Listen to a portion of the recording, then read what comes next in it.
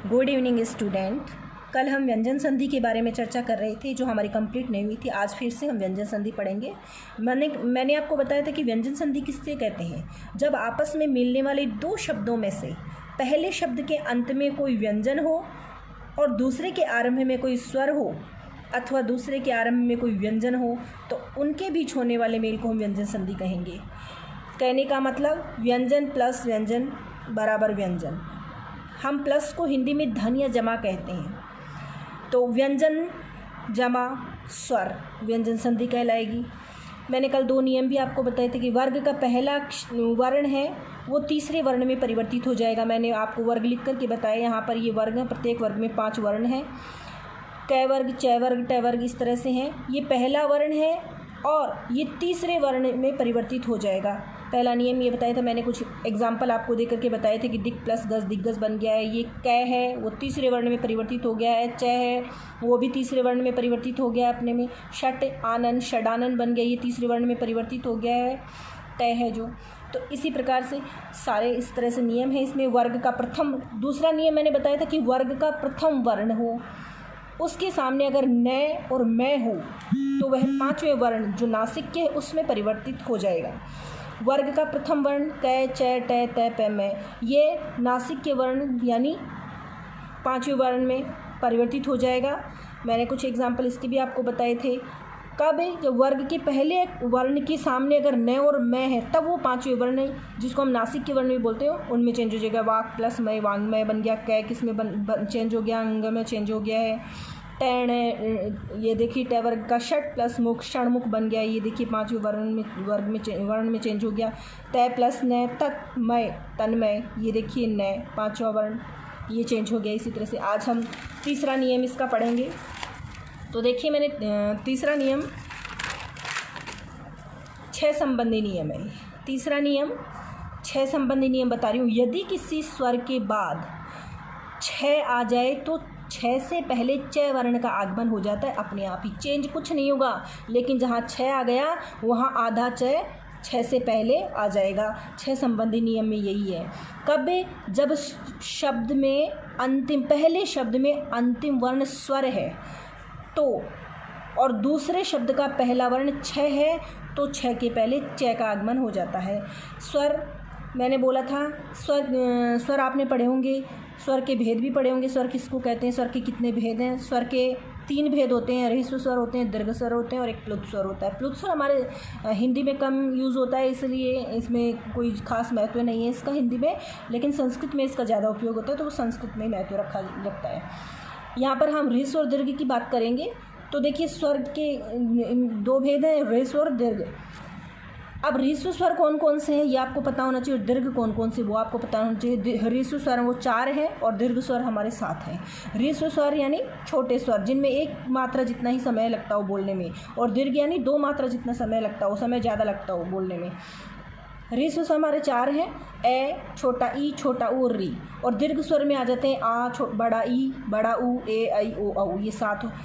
अब देखिए ये मैंने ये बताया कि स्वर के बाद में अगर 6 है तो चै का आगमन अपने आप हो जाता है। 6 से पहले क्या आ जाता है, चै आ जाता है। चै के नीचे हलंत यानी इसमें ये स्वर रहित है चै, तो इसका मतलब आधा चै। देखिए अनु प्लस छेद अनुच्छेद बन गया है। अनु प्लस छेद अनुच्छेद बन गया है।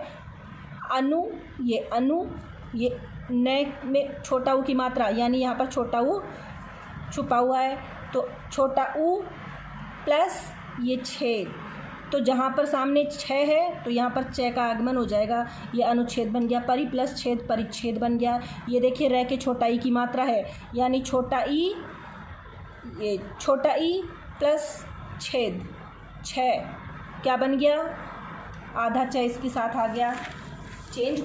चेंज कुछ नहीं होगा लेकिन इसमें चै का आगमन अपने आप हो जाएगा। स्व प्लस छंद स्वच्छंद बन गया है। ये देखिए 6 से पहले चै आ गया है।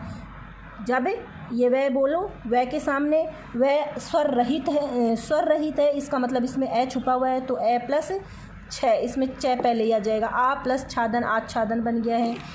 अब तय संबंधी नियम देखिए, इसका चौथा नियम है तय संबंधी नियम। चौथा नियम है तय संबंधी नियम। इसमें देखिए तय प्लस लय, किस में चेंज, अगर पहले शब्द का अंतिम वर्ण तय है और दूसरे शब्द का अंतिम वर्ण लय है तो आधा लय बन जाएगा। उत प्लस लेख, ये तय आधा लय में परिवर्तित हो जाएगा।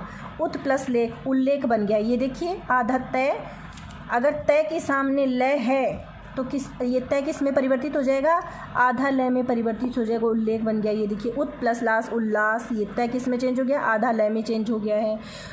तय के सामने यदि श है तो ये चय में परिवर्तित हो जाएगा। ये नियम आपको ध्यान रखने पड़ेंगे, याद रखने पड़ेंगे।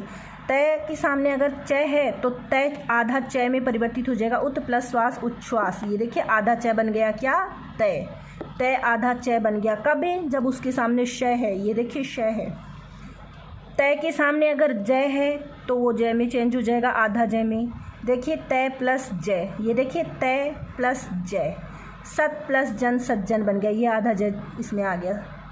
उत प्लस ज्वल उज्ज्वल बन गया। ये देखिए तय आधा है तो ये देखिए आधा जय, यहाँ ऑलरेडी आधा जय इसलिए आधा जय। तय अगर तय के सामने चय है तो वो चय में परिवर्तित हो जाएगा, यानी आधा चय जुड़ जाएगा इसके। ये देखिए उत प्लस चारण, ये देखिए तय प्लस चय, ये तय प्लस चय। तय किस में चेंज हो गया, आधा चय में, यानी एक आधा चय यहाँ जुड़ गया, उच्चारण बन गया। तय प्लस तय, तय में परिवर्तित हो जाएगा। वृहद प्लस टिका, वृहद टिका। ये देखिए तय किस में परिवर्तित हो गया, तय में। ये देखिए आधा तय, ये रहा तय नीचे लगा हुआ और ये तय ऑलरेडी यहाँ टिका।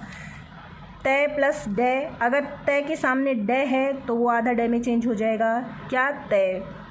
उत प्लस डयन उड्डयन बन गया। ये तय आधा डय में चेंज हो गया है। इसी तरह से तय प्लस है धय में चेंज हो गया है। तत् प्लस हित, ये देखिए तय और ये दय बन गया है इसका, तद्धित बन गया है ये। उत प्लस हार उद्धार बन गया है। उत, ये देखिए आधा तय किसमें, दय में चेंज हो गया, उद्धार बन गया। फिर देखिए नए संबंधी नियम है। नए संबंधी नियम में क्या होगा, नए का णय बन जाएगा हमेशा। कब, जब पहले शब्द का अंतिम वर्ण री हो, रे हो अथवा शय हो, उसके सामने यानी दूसरे शब्द का प्रथम वर्ण न है तो वो णय में चेंज हो जाएगा।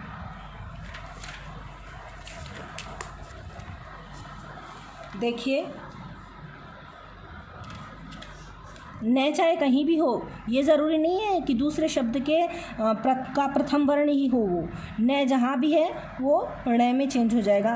री प्लस न, ये देखिए री के सामने न है तो ये न किस में चेंज हो गया, ण में चेंज हो गया, ऋण बन गया।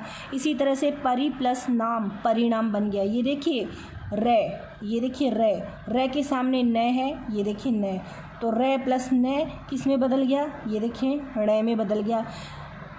इसमें नए संबंधी नियम में एक विशेष बात है कि दूसरे पहले शब्द का अंतिम वर्ण तो री, रे और श ही होना चाहिए, लेकिन दूसरे शब्द का ज़रूरी नहीं है कि न प्रथम वर्ण ही है, वो सेकंड भी आ सकता है, थर्ड भी आ सकता है। यानी कहने का मतलब न कहीं भी आ जाए उसको हम चेंज कर देंगे, ण में परिवर्तित कर देंगे। प्र प्लस मान प्रमाण बन गया है। ये देखिए प्र, ये र है इसके अंदर, प्लस इसके सामने मैं है तो ये प्रमाण, न, ये न यहाँ पर आया है, यहाँ नहीं आया है। ये देखिए कहीं भी आ जाएगा न, इसको हम चेंज कर देंगे ण में। कश प्लस न, ये देखिए न ण में परिवर्तित हो गया है। कब, जब श है इसके सामने। शोष प्लस अनशोषण बन गया है। ये देखिए श, इसके आगे ए है तो ये शोषण बन गया न, ए किस में चेंज हो गया, न में। विष प्लस नू, ये न किस में चेंज हो गया, ण में चेंज हो गया। कब, जब शब्द के प्रथम शब्द का अंतिम वर्ण श है और तब ये चेंज हो गया ण में।